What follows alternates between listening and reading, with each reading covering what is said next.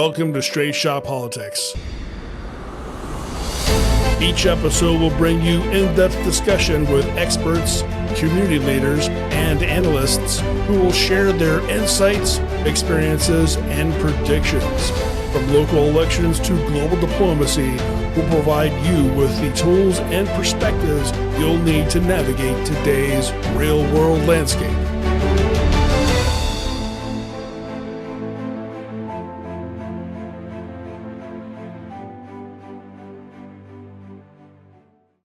Hello. Welcome to Straight Shot Politics. I'm Lisa Chafee. And I'm Michael Nash. And today we are speaking with Hilliard City Councilman Les Carrier. How are you, sir? Hey, thanks for having me. Appreciate it. This is cool. So before we get into the topics at hand, I'd like to give our listeners a little background on you. So give us a little brief resume. Lived in Hilliard over 20 years. Been serving on city council for 3 full terms, which is 12 years. Prior to that, served a couple years on an audit committee for the Hilliard School District. Involved in my local church, St. Brendan's, on the school advisory board for a term or two. A National Guard member, retired, obviously. Was 11B infantry for the Army. Hoorah. Yeah, hoorah. Thank you for your service. That was fun. I learned a lot those days when I was young. And just ready, happy as a grandpa now. I've got a 4-year-old granddaughter, and she wears me out. And they do that. Aren't they supposed to? I mean, yeah. So, yeah. But you're a lawyer by trade. Correct. So where did you go to school? I went to Ohio University for undergraduate degree and University of Toledo for my law degree. And I also have a classification as a master's in structured settlement consulting, which I do for a living. Working with multiple insurance companies across the United States and injured parties all over the country. So I have a lot of fun. I love what I do. What can I say? Just happy. Happy I moved to Hilliard. I'm glad I'm here. The reason I love it so much, when I started out, one of the things I said was I wanted it to be a place, and you can see this in my old postcards when I pull them up in my files and the stuff that I use for my campaigns in the years past. You can see where I wanted Hilliard to be a place where my kids came back to. Well, now I got a 3 or 4-year-old granddaughter that lives in Hilliard. My son came back after his UC education. He's now working with me in my business, my consulting business. So it's been fascinating. It's been rewarding. Old Hilliard is awesome. I've loved to watch it evolve. It evolves with methodical. What's the word I'm looking for? It's really evolved with care, distinction, and what I would say is uniqueness. That's the thing about Old Hilliard. It's very unique in how it's developed. I still can't get over to Hill Garden and how successful it's been. So anyway. Yeah, so that's a little bit about me. I need to thank my wife, Heather, who puts up with all the shenanigans that go on in politics. She's awesome. Shenanigans go on? Oh my gosh. Yeah, it's really? Yeah, we'll get to that in a minute. Sure. Because there's a lot. So I've been living here in Hilliard since 2016. I happened to meet you in 21 when I was running for school board. And it's been a wild ride ever since.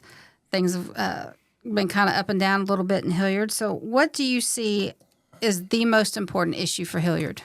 You know, as I think that through, I was originally going to say Old Hilliard and making sure we preserve that uniqueness, but I think you got to back up a little bit higher and go at it from a little bit higher level. And what I see is my major concern, and it's really what has kind of been fostered as you've gone through a strong mayor and dealing with a strong mayor, transition to a city manager, city council form of government, and then watching how it all has evolved.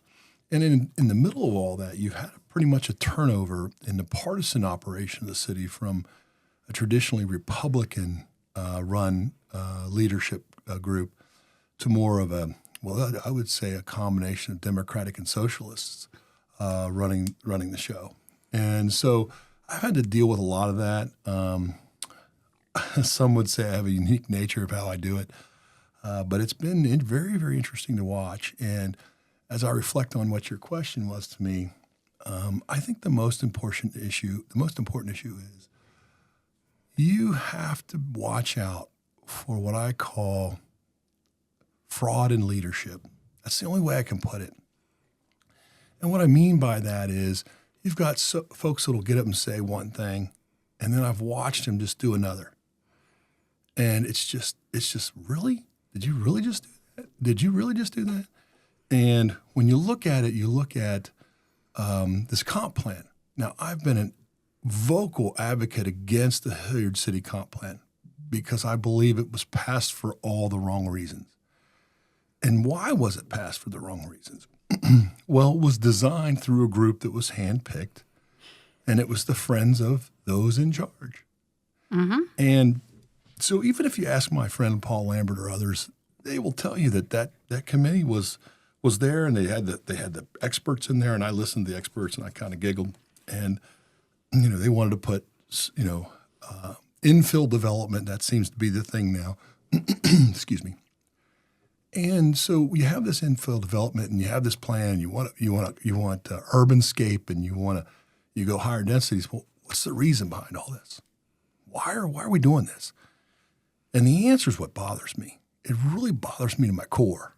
And what I mean by that is it's the government telling the landowner that you have to put so much density here so we get enough tax revenue. The decisions are being based on taxes. Give us an example of that. Oh, the greatest one I can give you, the most recent one, is the pickleball.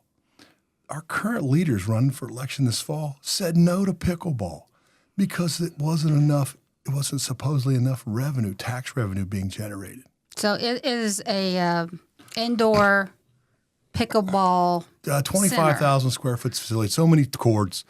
They've got the pickle and chill in town. It's just overly popular. You can't even get in there. You got to schedule it, And here we are, and we've got a piece of ground sitting over there off of Antrim and Britton Parkway. Been empty. Been a field or just been weeds for, I don't know, ever since I've been here, 20 years. Mm-hmm. And, Equity's building the Eco's new headquarters there, and they want to put the pickleball next to it. And these folks were like, well, no, you can't do that. Not enough tax revenue, not the right use.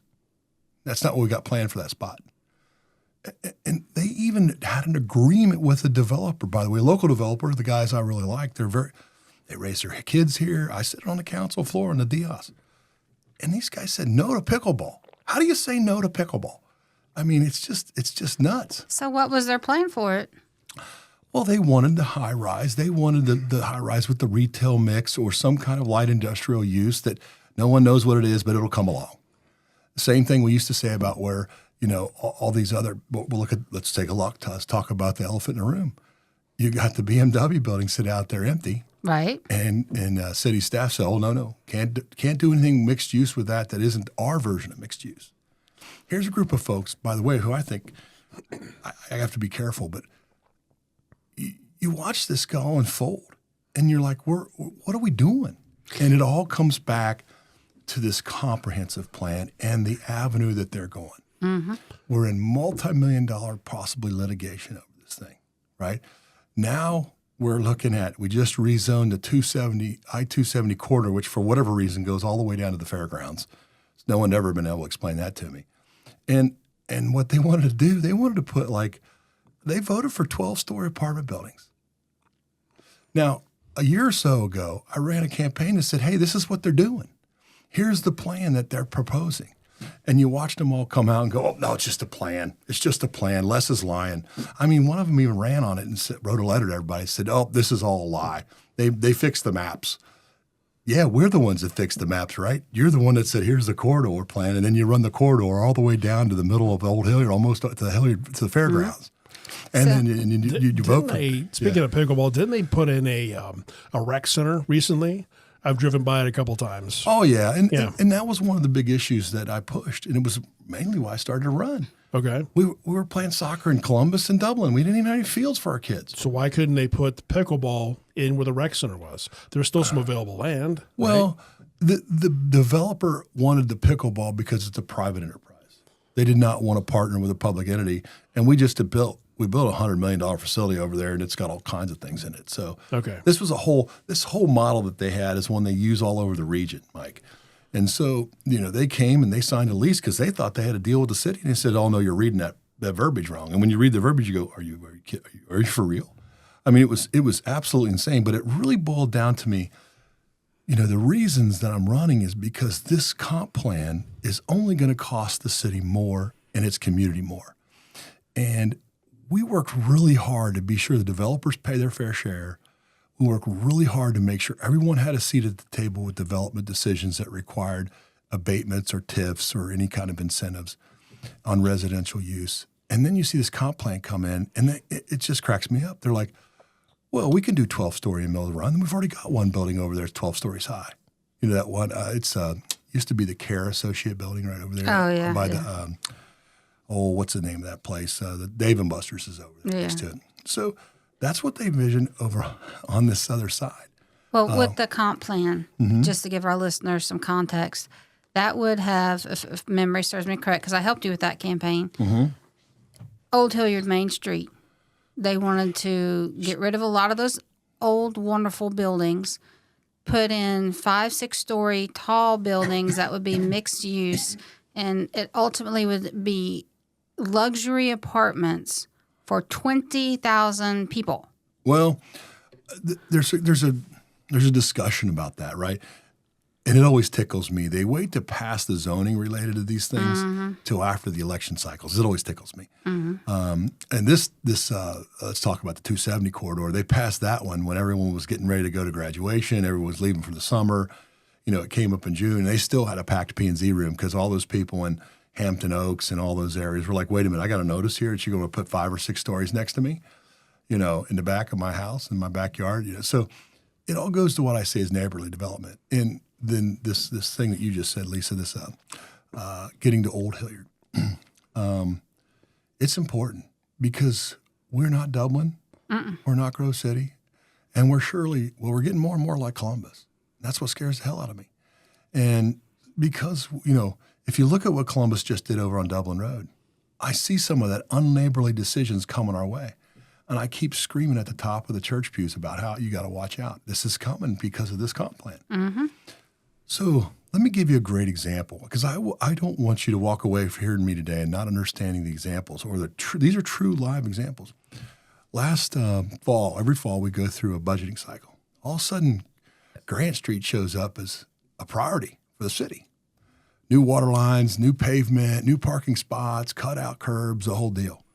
It wasn't on any of our 5-year capital improvement plans for any year that I'm looking around like, well, did I miss this? Because that could happen, by the way. Oh, no. The reason is they need to get a new water line in there. They went from a 2-inch to a 10-inch water line. By the way, I approved the water line. I voted for it. Okay. But then they said, we're going to also have another project going on simultaneously to resin the sewer lines, because the sewer lines are those old clay lines. And so you get into all the stuff that they're doing, and they just do it very quietly. But they're investing about $4 or $5 million in Old Hilliard's water and sewer infrastructure. Why? Let me tell you why. It's pretty simple.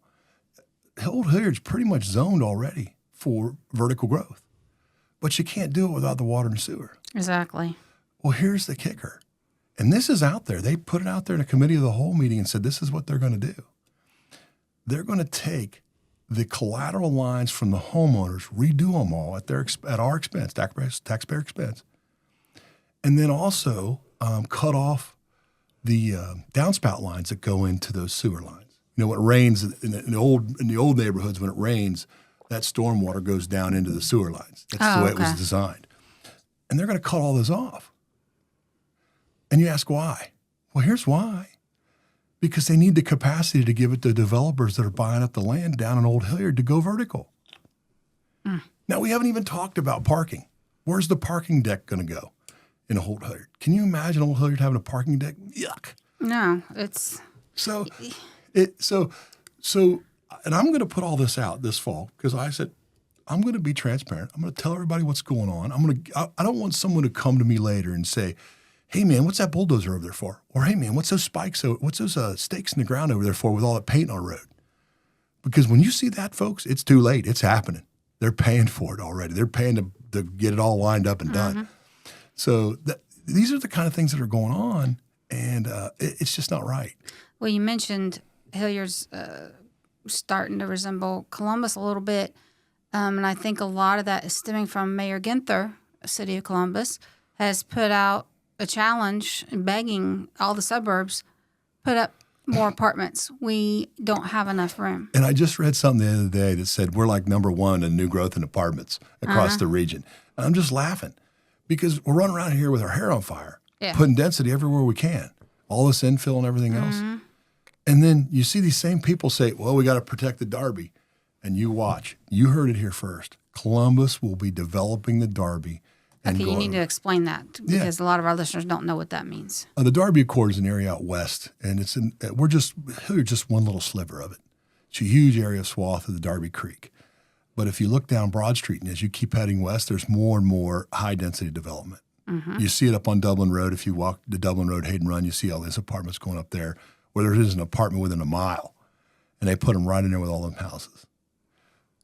Columbus is doing that everywhere. If you think about that, that's exactly what our comp plan contemplates. And it's just out there. And all these people, it cracks me up. They all get in this room at Morpsey or wherever it is, and all these planning people get together, these brainiacs, and they all say, oh, we got to have 10,000 new houses. How many are you going to put on?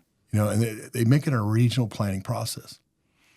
And it's okay to do that. You need that for traffic and flows, and I get it. But what they're forgetting is what do the communities say about that? Now, some might argue, hey, the candidates were supporting of Save Hilliard lost this last cycle. Well, let's be honest. What really happened last cycle? Last municipal cycle, abortion was on the ballot. It just crushed everything. So I'm not so sure. But anyway, so when I started talking about this and I backed up a little bit, I bring you out to the level a little higher, which is the comp plan, which all of this flows from. And, even when the comp plan before it was being passed, you'd heard people and the council members say, oh, it's just a plan. It's just guidelines.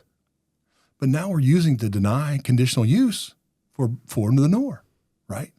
And now we're mired up in litigation, which is going to be extremely expensive. So for the listeners who don't know, the NOR is a mosque. Correct. And they bought the BMW building, which had been sitting empty for couple years, 4 years. It's a very large building. 4 stories, 220,000 square feet. Yeah, and they wanted to use it for doctor's offices, a restaurant, a STEM school, and a few mixed use. And and it went even deeper than that. They wanted to use it for to hold a celebrations place for like their weddings, right? Things like that. So, and this is how crazy it got. You had the city staff telling the landowner, you can have your prayer here and you can have all your stuff you want in this one spot, even though you have 4 floors, because that's the only way you can bring us in enough revenue. It's absolutely insane. It's the wrong reason to be making decisions about the wellness and welfare of our community. And so, and finally, the pickleball vote's a great example. Everybody in the world wanted that pickleball in Hilliard. And staff and Councilman, Vice President Teeter and President Catone, nope, can't do it. Administration said no. So there's a lot of groupthink going on. And what I mean by groupthink, it's like staff says this, so we got to follow staff. Right. But we had enough people on council, and I'll give Councilwoman Vermillion credit. She read a nice statement about it and said, hey, just because it doesn't bring tax revenue, it doesn't mean it's not the right thing for the community. I mean, I'm paraphrasing what she said. Yeah. So, which is kind of interesting coming from the woman who led the charge, what was it, last year, that on the first day of Passover, passing a resolution at people's request in support of Palestine. Yeah, it was the Gaza resolution. It was very contentious for us on council. It really was a difficult time because there were so many feelings about it in so many different ways. My main thing is I want to talk about roads, bridges, right, sidewalks. I still can't believe how much money we're investing in the western half of Hilliard, and Leap Road sits there with no sidewalks. Yeah. I mean, it's absolutely, you just shake your head and you're going, and they'll tell you, oh, we got a plan for Leap Road. We're waiting on some grant money and this or that. Do you think it's ever going to come? We said that about the Cosgrave Connector for 10 years before we finally made a deal that made it work. And And, so you go through all these things, but to answer your question, Mike, and to go back to it, the main reason I'm running is because I see this comp plan continuing to move the community in a way I don't think they ultimately want to go. And we just can't afford to screw up Old Hilliard. We just can't. And so my granddaughter lives 3 miles from me. My family's here. It's a dream come true. We're happy here in Hilliard. I think most folks are happy here in Hilliard. We're rocking it. From a budget perspective, we've doubled our revenue since I've been on city council. It just blows my mind. So you talk about the happiness of the residents in Hilliard, yet the city forked out however much it was on a resident satisfaction survey. Yeah, and they tried to hide that thing. It's funny. You could get the emails if you want and ask for them. I pushed the city manager. She wasn't, at the time, Ms. Crandall wasn't going to give it up. Oh, it's being drafted. It's still in draft mode. No, garbage. We paid somebody to do a survey, send us the results. Right. And finally, after I asked my 149 request, Public Works, give me the results. And when you saw they crashed across every category. And it goes back to the comp plan. Because we've marginalized a very large minority group, we've treated them wrong time and time again. It's amazing to me. Just last Thursday in P&Z, I watched them allow the old Ketchum's building to eliminate 3 parking spots, turn around and tell the hookah lounge, you got to pave and add 6 or 7 spots or we're shutting you down. How do you reconcile the two? How does one developer get 3 spots wiped away with no additional spots? Has no parking at all, I don't think. I don't think Ketchum's has any parking. I think it's all side behind the road. I don't think there's anything behind them. So without really naming names, the person that they said yes to is a white male. I believe so, yeah. And you look at that and you go, okay, that's one instance. But then you watch a couple years ago, I know Dr. Marshausen in the city were in talks about the BMW building, use of it for office space instead of Atlas Drive. And I know that the city manager was in discussions with other folks, and you're just scratching your head going, how do you get there? Yeah, so the school district has their central office is actually in the city of Columbus. Atlas Drive, that's correct. Atlas Drive. So it would make sense to have it actually in Hilliard proper. Well, you would prefer it for the tax revenue for those individuals that are working there. Why we send that tax revenue to Hilliard or to Columbus, the income tax to Hilliard. Plus, it takes a building that's still empty, right, and puts it to a really good use. So, that's not the only thing. I mean, I was thinking of another one the other day. I was coming back. I was driving last night, and I was thinking about Rock City. Gave them a conditional use. They put that beautiful building in over there off of Anson Drive. That's a church, right? Yeah, sure. Well, it's a loud one too. I mean, he's pretty loud. But there wasn't enough parking when they built it. They didn't realize how big of a congregation they were going to get. Right. So you know what we did? We worked with them. They parked over at the fairgrounds, and they would bus them over. Put extra police officers, for traffic and did all those things. Now, I'm sure the church paid for them, and they did everything they could. But I'm sitting there going, why can't we be like that with other community members? Yeah. And the one that really just cracked, I still can't figure it out. I can't explain it, was the Central Community of Islamic Central Community. I can't remember their name. Islamic Community of Central Ohio. Let me get that right. Islamic Community of Central Ohio bought 2 parcels on Coscray, one on one side, one on the other. And they wanted to have an elementary school up there because they're busting at the seams at Sunrise Academy. Let's face it. If you go over there anytime, there's just which is a Muslim community private school. Sure. Right over by Municipal Park. So they bought that, and the city came back and said, we were not even going to annex it.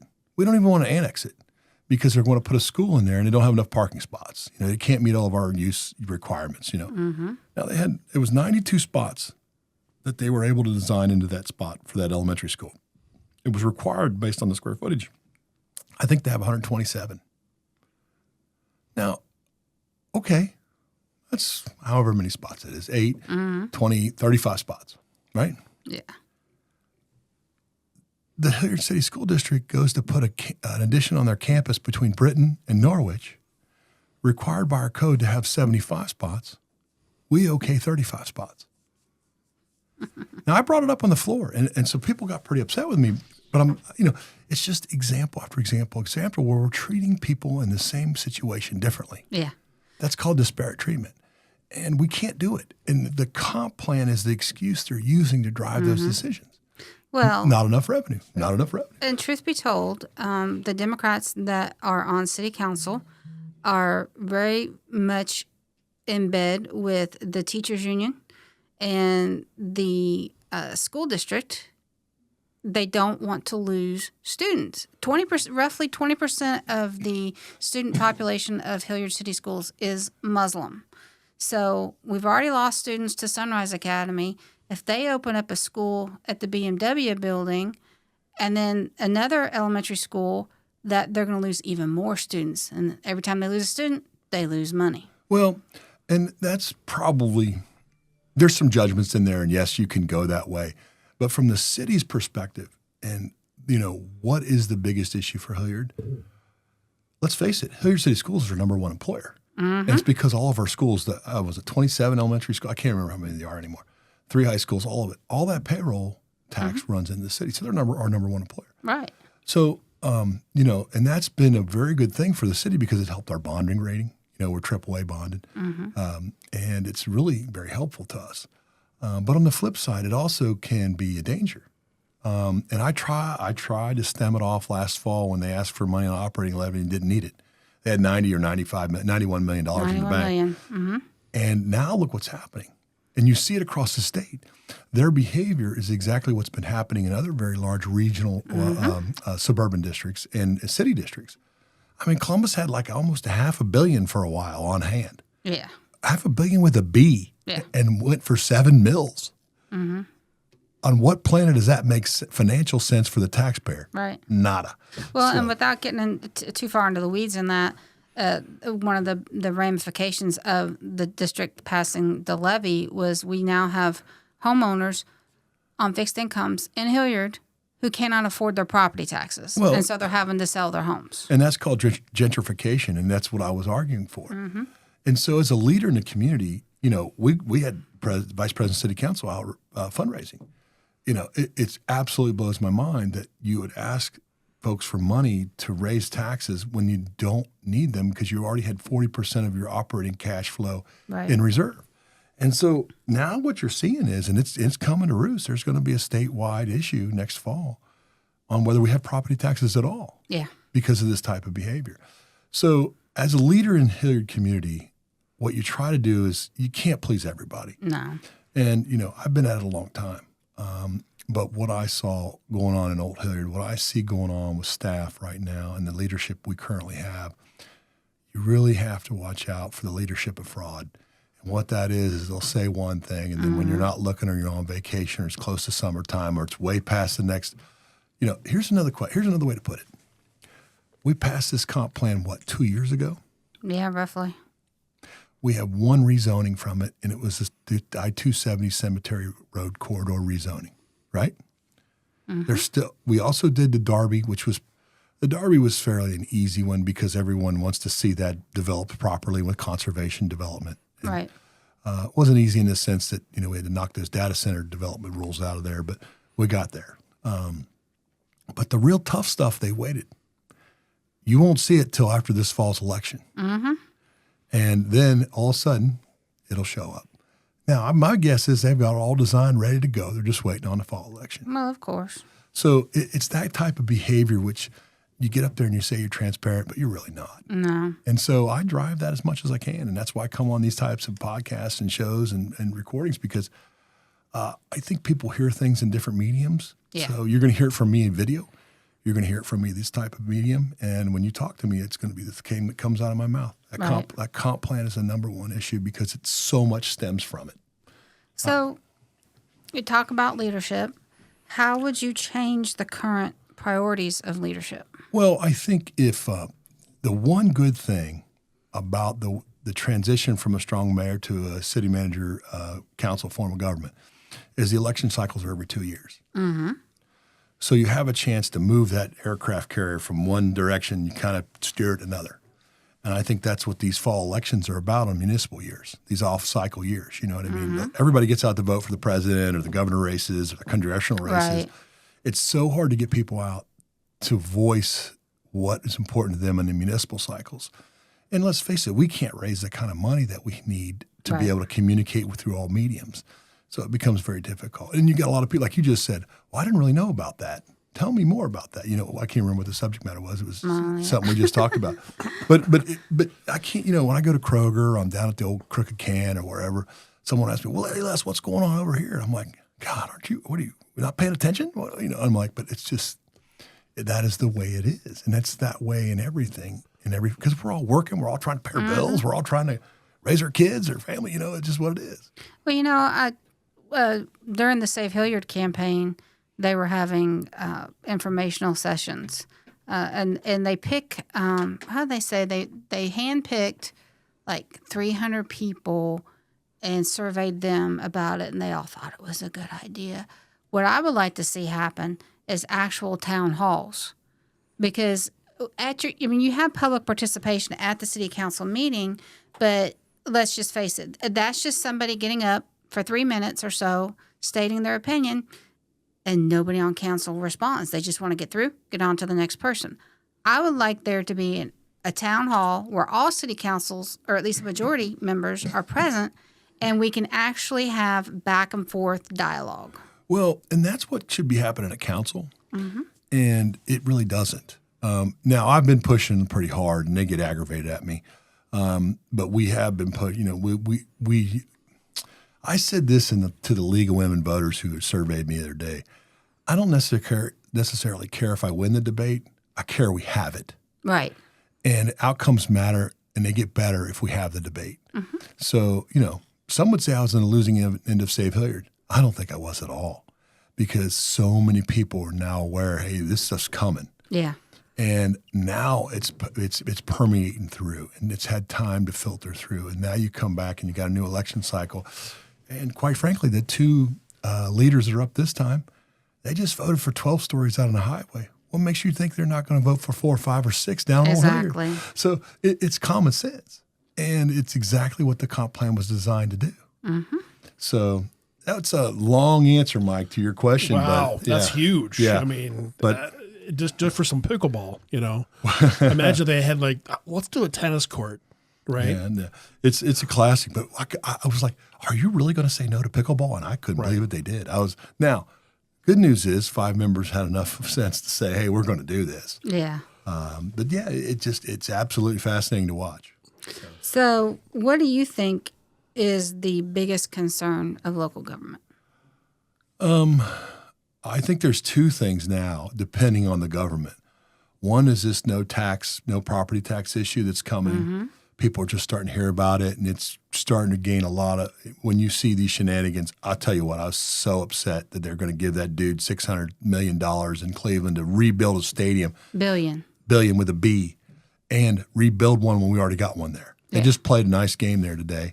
I feel bad for the Browns fans, but it just, they're so unlucky. It's just horrible. Yeah. But, it's that kind of thing that you see those shenanigans going on, and that's got to stop. There's just too much slack in them budgets, and there's so much money coming from different areas. They got to refocus their priorities, and I think the electorate's about ready to tell them it's time to get busy. Well, the way I see it is I expect my local government to be good stewards of my money. Yeah, and the thing about it is we've got a 7+. I think it's about $8 million now reserve fund. On top of that, there's probably what I call slag in the budget, where we appropriate money, but then not all of it's spent because we always over appropriate in case there's a contingency. And there was some legislation brought up for the old Hilliard reconstruction of those lines and things, and they needed $600,000, and poof, it was out of a couple other funds that we didn't spend the money on. And you just kind of giggle because, they know it's in there, but they don't want to have to bring it back into the general fund. There's a mechanism in the charter to bring it back, and I'll probably try to do it this fall. We'll see. But staff does not like to give up their little buckets. You know what I mean? Right. So you've really got a group that believes wholeheartedly that we're here to vote, to provide policy direction, and we let staff execute. Okay? And that is true to some extent, but you have to be in the weeds enough to know, we need to do these things. And it all stems from financials, right? And then we also have to be smart enough to look at it and say, what's right for the community? And I just believe and listen, my dear friend, Dr. Hale, she voted the opposite way. Still get a hug, still love to talk to her. Tina still rolls her eyes at me. But so we all have our little quirks, and we work together. But it's good to have the debate. Well, yeah, you have to have debate and you have to have conversation. I don't care what the topic of discussion is. Yeah. We have to be able to suss it out without attacking character, without attacking, how somebody looks or what religion they practice or anything else. Well, and that goes into my other issue, and that you asked about that earlier. Boy, I was pretty concerned when I saw those survey results come back that they were trying to hide. Tell us some of the results. They were precipitous drops in feeling included. Mm-hmm. And that goes back to the fraud and leadership again. This is the group that says we are all about inclusion and inclusivity. And when you look at the actions, it's exactly the opposite. Mm-hmm. I want to give you another example. We have a group that for the first time in our city's history has said, we're not going to do the invocation before meetings. We're not going to take a pause and pray and reflect so that we can do the right thing for the community. Mm-hmm. Now, no one's challenged them on that, but it's just another example of those in charge having a preordained agenda. Personal agenda. Well, and here's the thing. I used to say, the national stuff doesn't drain down into the local stuff. Man, has that changed over my tenure. Oh, yeah. Now you see all this socialist stuff and all these this invocation is just a great idea. It's anti-religious peace. Mm-hmm. I'll give you another example. Just blew me away the other day.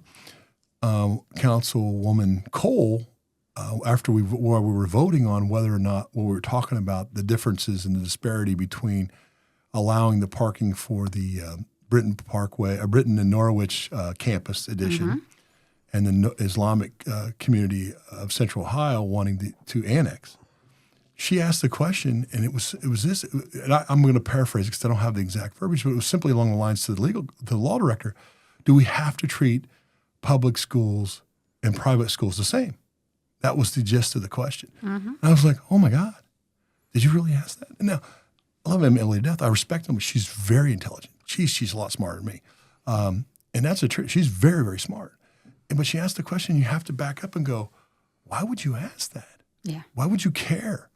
And so that goes a little bit to this discussion we're having about this national stuff seeping in. It's doing it in the schools. You see, they're forcing teachers to use pronouns when they don't believe in the use of pronouns. Mm-hmm.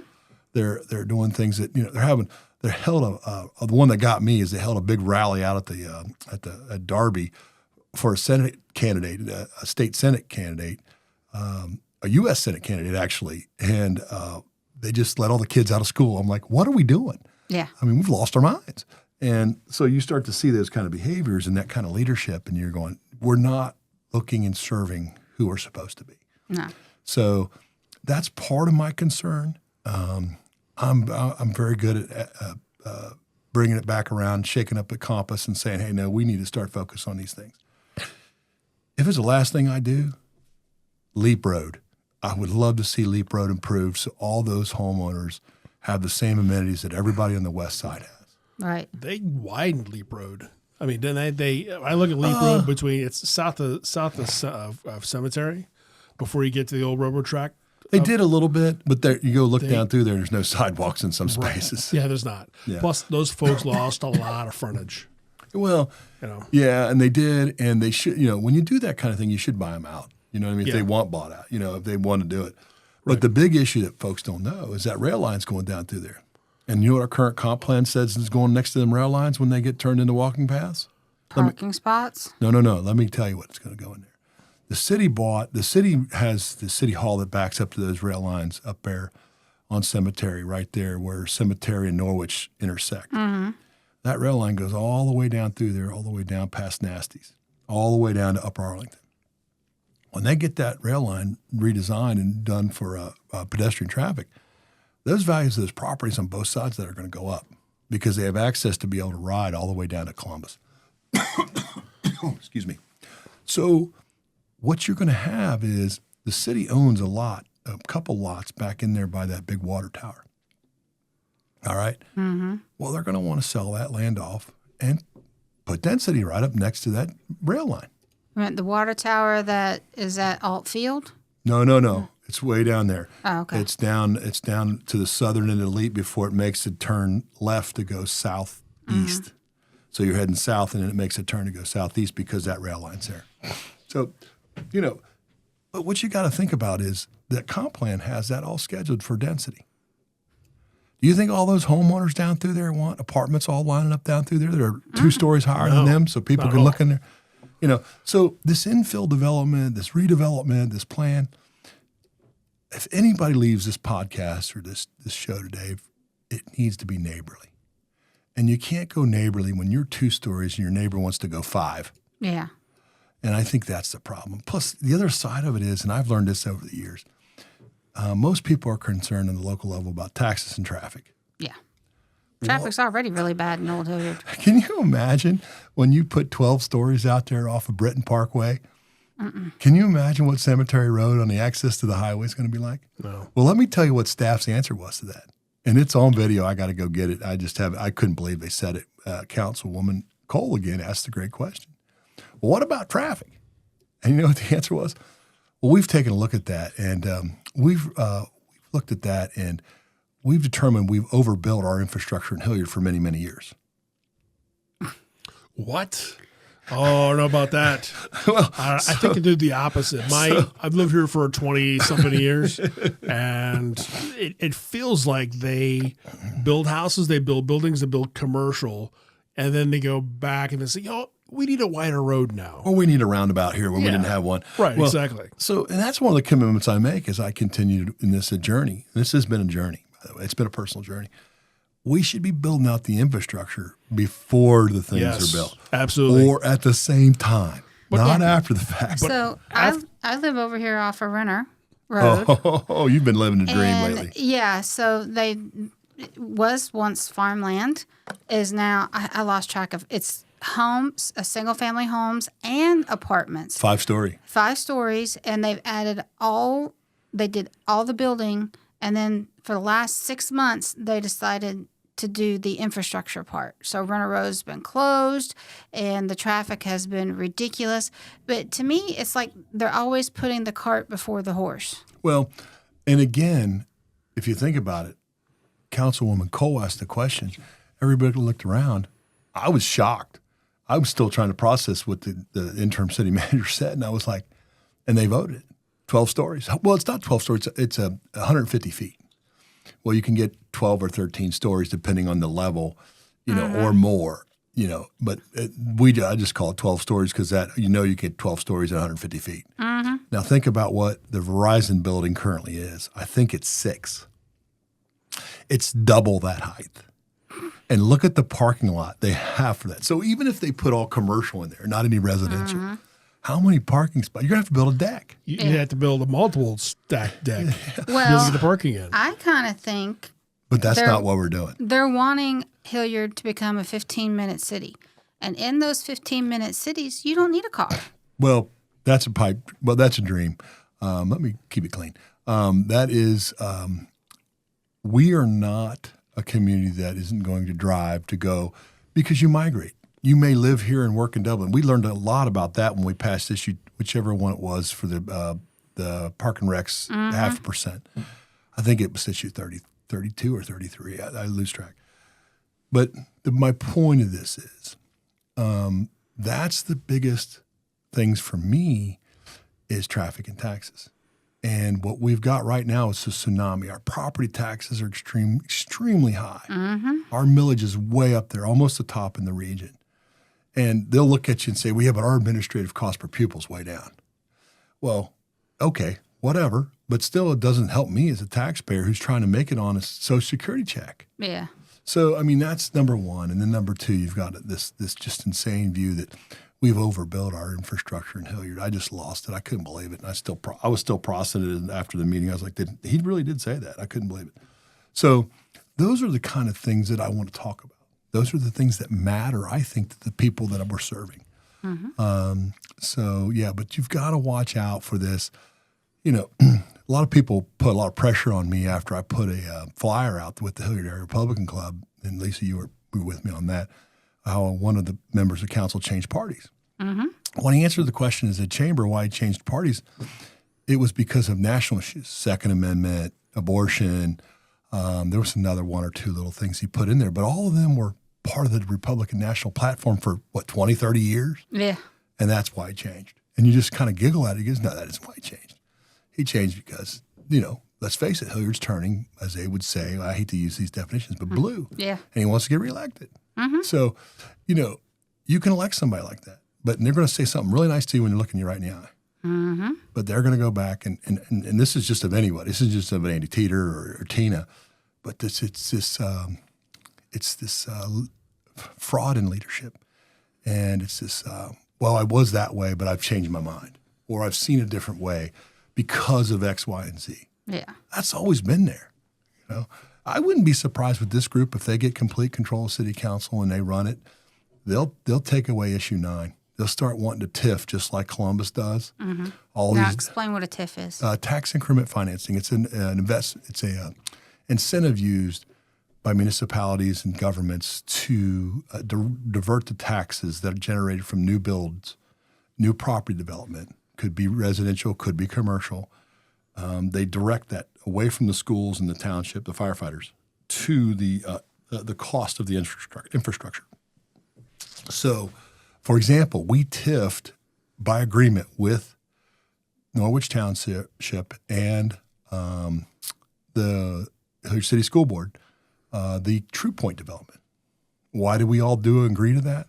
ADS came to us with a proposal that they wanted to put their national headquarters there, bring in a ton of revenue, bring in a ton of jobs, and then so they built the apartments on the southern end of that. Well, we needed the money from that TIF and those taxes to build those parking decks. I couldn't believe it was $80 million or $90 million for those parking decks. And they don't. I don't like yuck, but they're needed because they want to be able to park right there where they're working, right? And a lot of people want to live there where they're working. So that was a jobs deal for me, okay, which did require that TIF, but everyone signed off on it. It was the first time ever in the city in our history. All the taxing agencies unanimously agreed. And I'm proud to say ADS is here. And look, they got a research center across the street.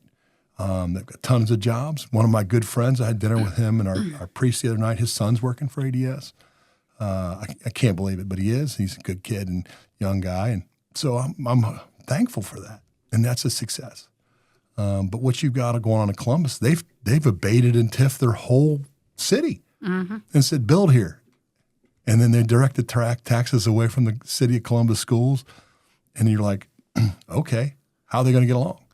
Libraries, child services, all of it that relies on those taxes. And they keep coming back to the community to pay our taxes. Yeah. So it's a vicious cycle. So and we just can't afford it anymore. I tell you, if you're on fixed income and Social Security's only going up 3 or 4%, and your property values are going up 30 or 40%, it is absolutely going to crush you. I think I saw an article the other day that Ohio is ranked 8th in the nation. They are 8th in the nation in property taxes and 4th in the nation in foreclosure rates. Yeah, because people can't afford to pay their property taxes. So It's crazy. So you wrap your arms around that, and then I just saw the other day. This is what we're dealing with. DeWine vetoed all those relief mechanisms, and then additionally on top of that, put a working group together. But didn't bring anybody from the abolished tax group into the working group. Of course not. Picked his own folks, right? So then on top of that, we'll get off the subject a little bit, but it still matters locally. Yeah. Because what's happening is you got people just can't afford to stay in Ohio, let alone Hilliard. Right. So well, and the other thing, just a quick fact, we rank 38th in the nation for academics for our schools. Yeah. So we're not getting a return on investment for all these taxes we're paying to the school district. Across the state. So if anybody would like to help you with your campaign over these next couple of months, how can they reach out to you? It's Citizens for Carrier on Facebook. You'll be seeing my head on some of these videos. I get a little lighter in the hair every 4 years. But most folks know who I am or have heard of me in one sense or another. A lot of people have tried to define me. So if you hear something, it may or may not be true. But my heart is in Hilliard. My family's in Hilliard. My granddaughter's in Hilliard. My church where I pray is in Hilliard every Sunday. And I should say more than Sunday so Father doesn't get on me. I look back and I'm going to create some video or some way to show all the things I've done over the last decade in lead. Mm-hmm. And it goes from issue 9, which stops developer giveaways when I was early and younger, all the way up to the culmination of the income tax for the rec center. Most people don't realize it, but we've locked in betterments to our community in the rec and park space, which is beautiful because that money's dedicated. It can't go over here. It can't go to this project or this pet project. It has to go for improvements of our parks and our recreation as a community. Now, one of the things that I worry about in that whole space is what's going to happen to the Y. You know, a couple of years ago, I pushed to have the Y run the Rec and Parks new community center because they have the expertise and it's a private enterprise versus public. Public costs more. Everybody on my panel, including the leaders that are running this fall, nope. And so here we are. We're hiring people or trying to hire people. And I said on the council floor the other day, I said, guys, we can't even open the pools or the little, what's that swim? Sprinkler thing. Yeah. Where the kids Splash pad. Or we can't even keep that open because we don't have enough employees and we're going to run $100 million rec center. Right. Yeah. And so it'll be interesting to see if they can keep all the amenities open. And it's been very frustrating for me because, quite frankly, their fix is easy. These kids all speak to each other. They know who's paying the most. Yeah. They got cars. They'll drive to Dublin and work. They'll go over, Worthington and work. Yeah. So, it's frustrating. It's a cultural issue. It'll be fascinating to watch the city manager recruitment unfold. I think we just picked the firm, and I didn't mind the firm. They did the last search. They did a pretty good job. And hopefully we'll come up with a new leader. And quite frankly, we need to get assistant leaders that want to step up into the role and do some succession planning. I just blew my mind at the 2 assistant managers. One of them's very new, so I give him, Kyle, a break. But the other one that's running the city right now, he doesn't want to be the city manager. I'm like, you're the assistant city manager and you don't want to be the city manager? What's going on? So yet there's controversy over his little Mac Daddy contract to be the interim. It was a giveaway. Yeah. It was absolutely. Again, fraud, and what was the other word you used? Fraud and leadership. Fraud and leadership, yeah. They paid the guy 2 years, basically a couple years guaranteed plus. He probably gets his purse time with all that. I don't know his personal situation. I don't care. I really care more so about the outcomes. Mm-hmm. And so I vote no, and I just do what I need to do, and I keep a good conscience about it. And I have to shake my compass up every once in a while and make sure it's pointing towards true north. Yeah. So Citizens for Carrier. Yeah, Facebook. And Facebook. Attend city council meetings. When are the city council meetings? Oh, we moved them up. It started at 7. Now they start at 6, and it's the second and fourth Mondays of the month. And they're open to the public. They are. They also are streamed online. So I've done that a few times. And it's very important as citizens that we be staunch advocates for ourselves and go to those meetings when we can and submit questions, reach out to all of the city council members. Be active and make your voices heard. Yeah. And in closing on this issue on what's important, what do I see is there's a lot of things going on, but the largest piece is for Hilliard. We've got to work really hard to mend some broken fences. Agreed. And our current leaders are not inclusive like they say. Mm-mm. In fact, their actions are the opposite. Mm-hmm. And they get very upset when I say that, but it's just the truth. And it's vetted out in those surveys. People aren't feeling like they're heard. People pay for a pool pass and then half the stuff's not open. Yeah. It's performance. It's a problem, and I mean, I couldn't believe it. 3 or 4 years into her term, Miss Crandall's, one of her staff wired, $200,000 to a bank in New York, phishing scam. We never investigated it. We let her fix it all, whatever. Mm-hmm. Still don't know completely what happened in there. And then, and then the other day I found out we've been mowing a section of a lawn that we didn't even own for a long time. And no one will tell me how long. And so it's just like, are we what? That's why we got a city manager in here instead of a mayor. We want a professional management. So I got pretty upset over some of that stuff and just called it out, called it what it was. So, what we can look forward to another term for you is more transparency and accountability. And when you come to me, you're not going to ask me, hey, what's going on over here? Because I continue to drive that you should know before the bulldozers start moving. Exactly. So, that's like this pickleball thing. I don't think, who knows how many people know, but the people that did hear about the pickleball passing were thanking me all over for pushing it. I'm looking forward to it because I want to learn how to play pickleball. Well, they got leagues for little kids. That's awesome. And so coffee shop will go in around there somewhere. You'll have something else develop over there. It becomes a nexus in of itself for a community. And that's what we need, I think, society as a whole, is we've gotten too far into our phones, our iPads, and staying held up in our homes. This gives us an opportunity to come together as a community. And by the way, it's not easy. Pickleball, you got to move. And getting this package here to move in one direction quickly is very difficult. So it's fun. My wife plays it all the time, and she's coaxing me a lot to get into it more. But I appreciate you having me on. I think these things are these items. We'll vet out some of this stuff. That's what elections do, and let the chips fall where they may. But it's clearly. I think folks need to realize and kind of wake up a little bit. Mm-hmm. Everything's great. But it didn't get that way overnight. It's a lot of work. It's a lot of work, and it also takes, a lot of folks looking at it and going, wait a minute, we're going to make the right decision for the right reasons, and sometimes we're just simply not doing that. Yeah. So, all right. Okay. Well, Hilliard City Councilman Les Carrier, thank you. This has been Straight Shot Politics.